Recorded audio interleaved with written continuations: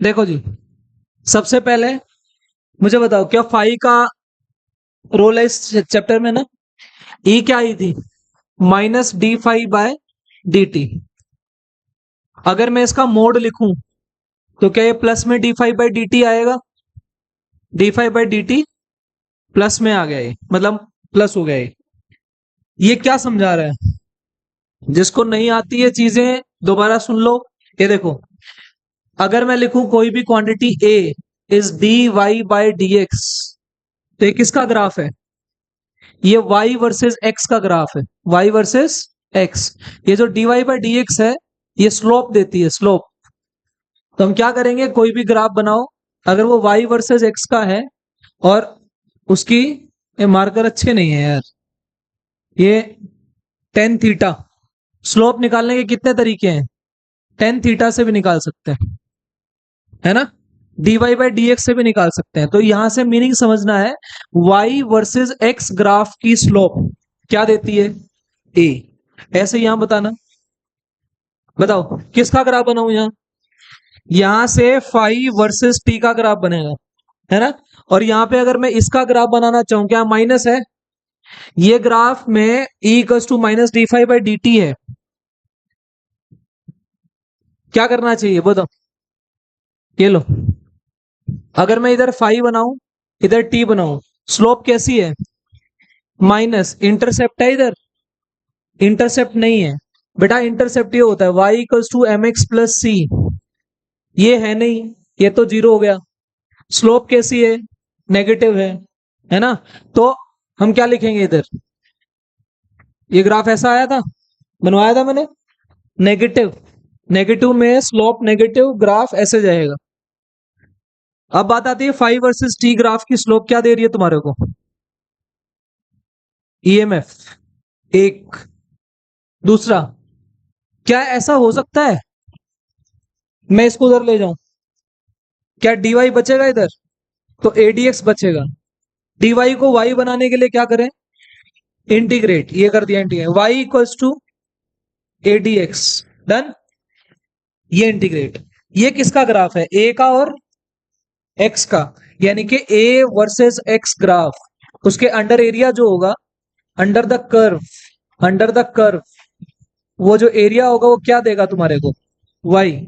ऐसे यहां पे बोलो क्या आएगा? अगर मैं ई डी टी कर दूं तो उधर डी फाई बच रहा है, तो यहां से फाई क्या आएगा? E D T.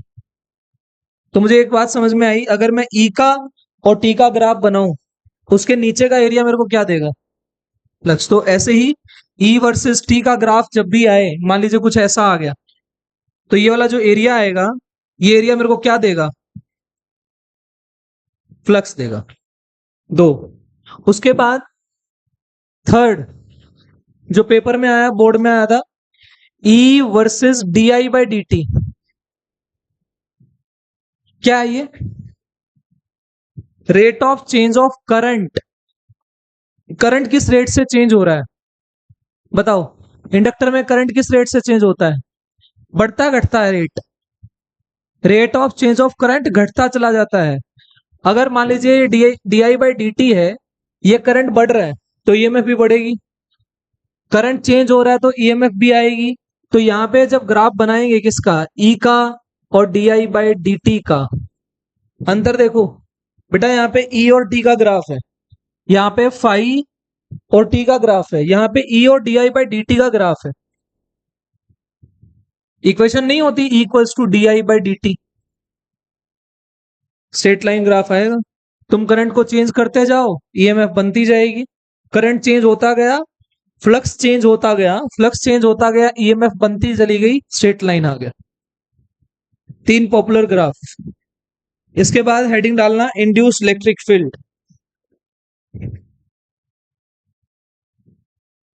Induced electric field.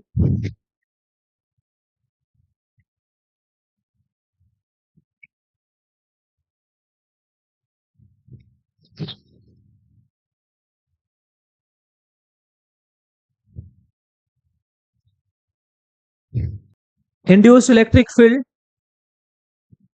कुछ पॉइंट्स लिखवा रहा हूं, लिखिए। When magnetic field changes, first point, when magnetic field changes, induced electric field से अलग होती है। देखो इंड्यूस्ड इलेक्ट्रिक फील्ड, सो क्या लिखा है, when magnetic field changes with time in the region या in a region, when magnetic field changes with time in a region, then electric field induces, या electric field get induced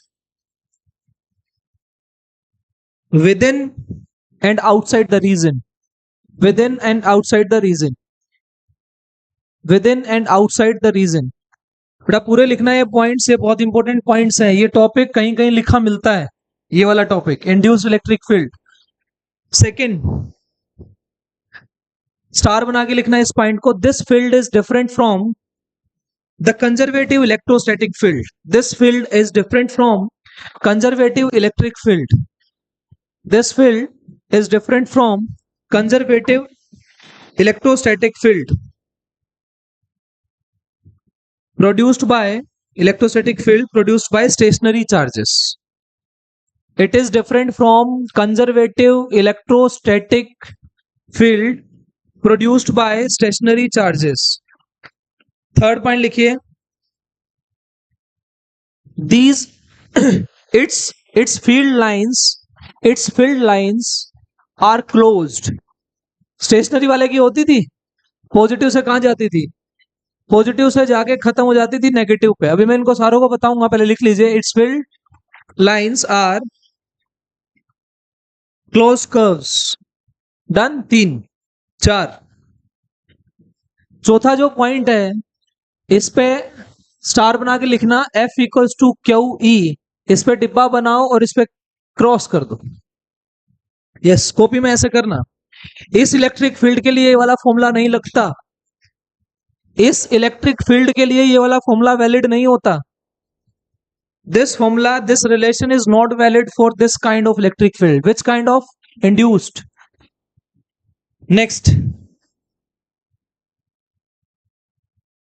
next अगला point भी बहुत important है, ये non conservative nature की होती है। लिखो, it is of non conservative nature, therefore it is of non conservative. बेटा आवाज नहीं, हर पॉइंट को एक बार सोचो जो लिखवा रहा हूं।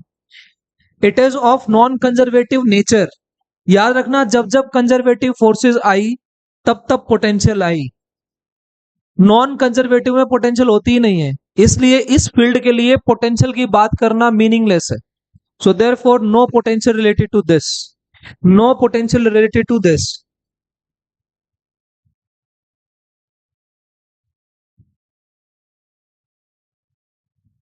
जिससे पूछो वो बताएगा। चलो यहां पे एक पॉइंट लिख रहा हूं, ई वेक्टर डॉट डीएल वेक्टर, ये क्या होता है? हाँ बता, ई डॉट डीएल क्या होता है?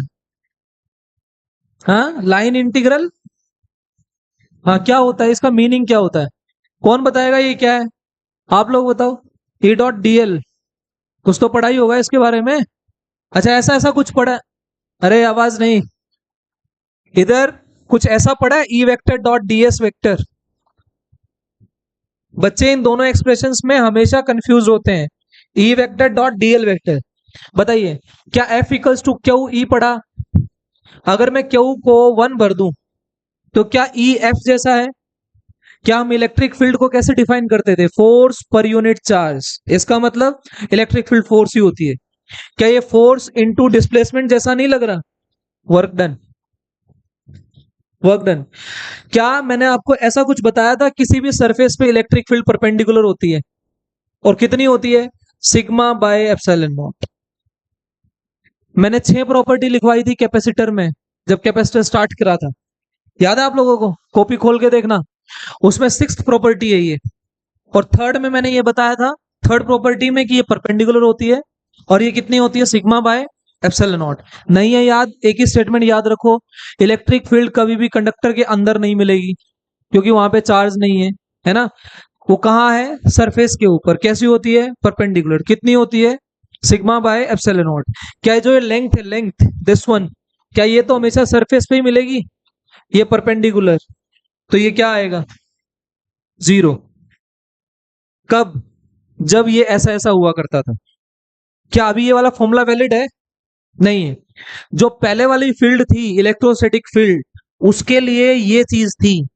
ऐसे लिखना अभी इस पॉइंट में कि therefore electrostatic field E d l 0 आता है, लेकिन यहां ईडीएल 0 नहीं आता।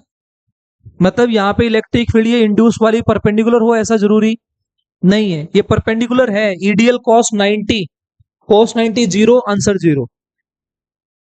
रिवाइज हुआ पिछला बेटा, इन दोनों में ये क्या होता है, फ्लक्स। पेज के ऊपर लिख लो, कंफ्यूजन नहीं होगी। ये कैसा इंटीग्रल है, सरफेस इंटीग्रल। ये कैसा है, ये line integral. Line integral of electric field work done देता है, surface integral of electric field flux देता है। समझ गए कैसे निकाला था ये, Q enclosed by epsilon not, Gauss law, ये निकाला था। नेक्स्ट,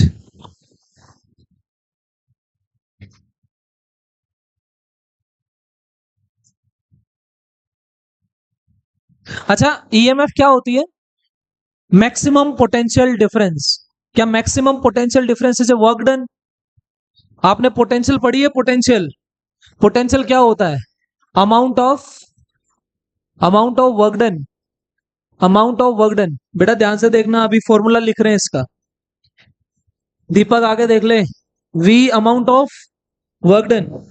क्या मैं ईएमएफ को भी डब्ल्यू लिख सकता हूं क्या, ये ईएमएफ क्या होती है, मैक्सिमम पोटेंशियल डिफरेंस। मैंने कहा कि V amount of work done होता है, इसलिए ई भी क्या है, क्या W can be written as this one.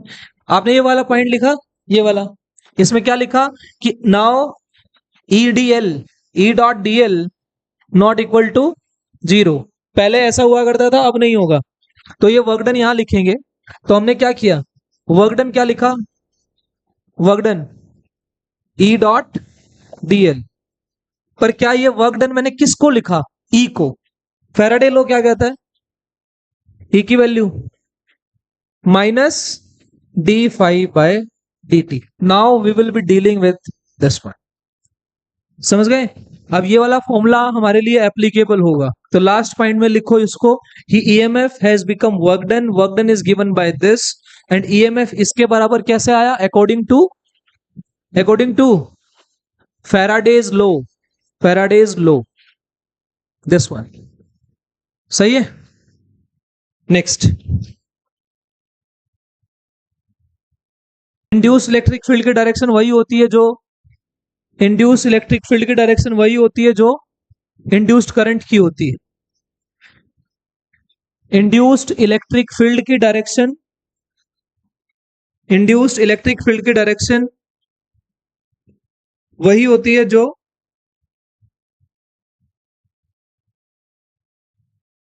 Induced current की होती है।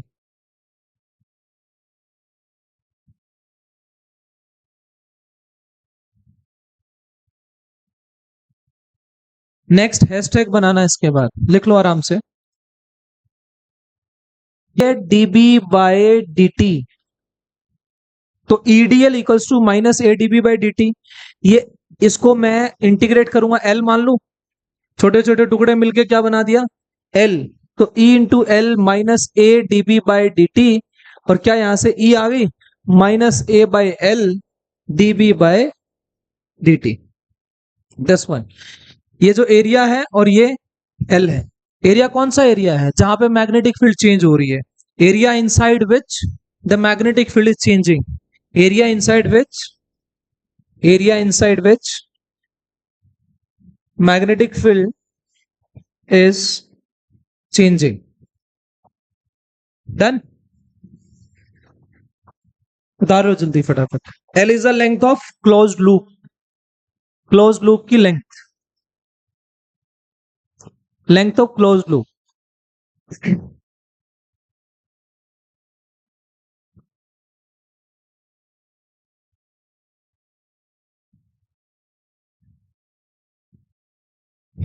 वहां पे इलेक्ट्रिक फील्ड आएगी, इंड्यूस्ड इलेक्ट्रिक फील्ड, ये इंड्यूस्ड वाली है, ई इंड्यूस्ड, दिस वन। आप रादर इससे क्वेश्चन करेंगे। देखिए क्या करो, यहां पे एक कॉइल लो, यहां पे मैग्नेटिक फील्ड है, आवाज नहीं भाई,